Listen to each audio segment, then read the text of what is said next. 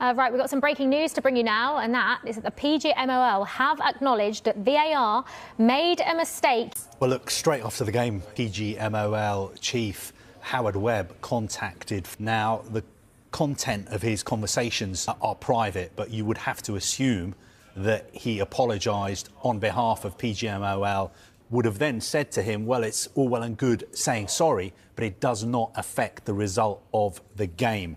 Now, I think the reason that PGMOL have acknowledged that the decision was a mistake is that they think the decision was not in line with the principle of the referee's call. And also, it was not in line with the high bar for intervention, which should only be for clear and obvious errors. Now, as you heard the VAR saying there, we can't do anything. They restarted. We can't do anything. We can't do anything. Of course, with the benefit of hindsight, they could have done something, but it would have involved breaking the laws of the game. What can they learn? It's got to be clearer exactly what the VAR is checking for, because it wasn't made explicitly clear. Everybody seemed to be in too much of a rush. So I think going forward, that is one of the things that may change. Protocol may be introduced to make it absolutely clear to the VAR, even if it needs repeating a few times so people get annoyed about the fact that, oh, look, it's obvious, why do you need to keep saying this? But just to make sure that this mistake isn't made again in the future. Arsenal were left furious and heartbroken yesterday after what many are calling yet another VAR scandal denied them a clear winning penalty in a dramatic draw against Brentford. In a match filled with intensity, controversy, and late drama, Mikel Arteta's side appeared destined to snatch all 3 points until technology intervened in a decision that has once again ignited fierce debate across the Premier League. The Emirates was rocking as Arsenal pushed relentlessly for a late winner. After battling back into the contest and pinning Brentford deep inside their own half, the decisive moment arrived in the dying minutes. A dangerous ball whipped into the box caused chaos, and as Gabriel Jesus moved to control it, he was clearly bundled over by a Brentford defender. There was contact, there was a push, and there were arms wrapped around the Brazilian striker. The home crowd erupted instantly, screaming for a penalty that seemed obvious in real time. The referee initially waved play on, but moments later the familiar pause set in. VAR was checking the incident.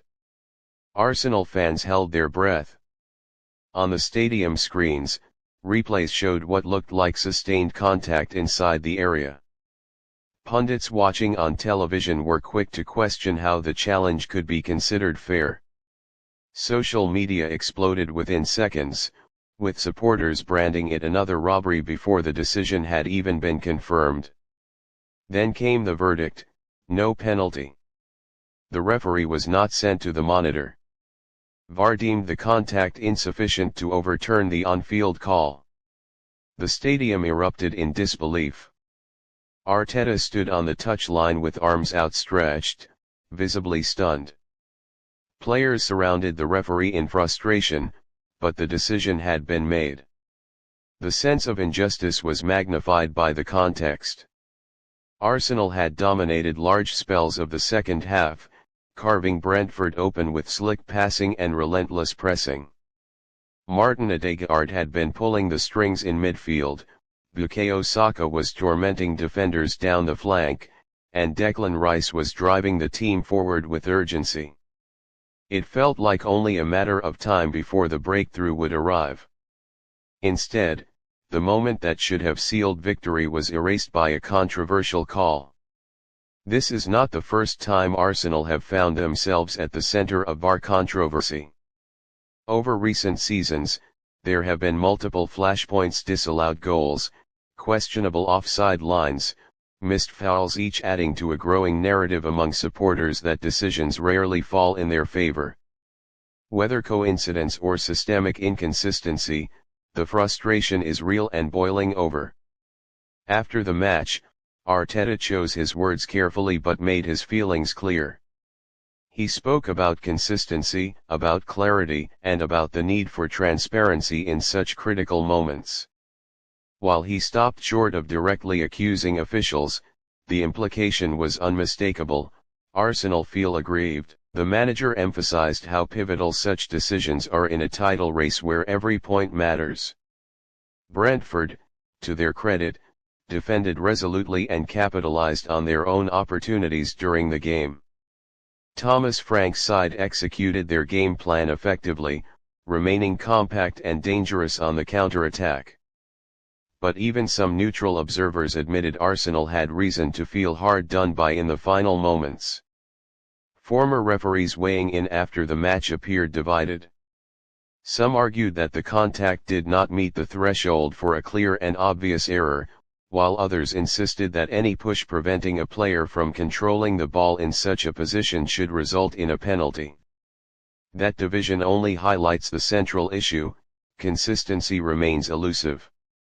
For Arsenal, the dropped points could prove costly. In a season where margins are razor-thin, a single decision can alter the trajectory of a title challenge.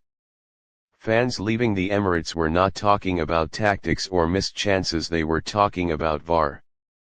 Once again, technology designed to eliminate controversy has become the story itself.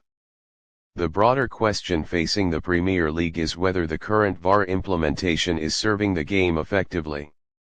When supporters, players, and managers leave stadiums feeling confused rather than reassured, trust erodes. Transparency in communication and clearer explanations may help, but incidents like this only deepen skepticism.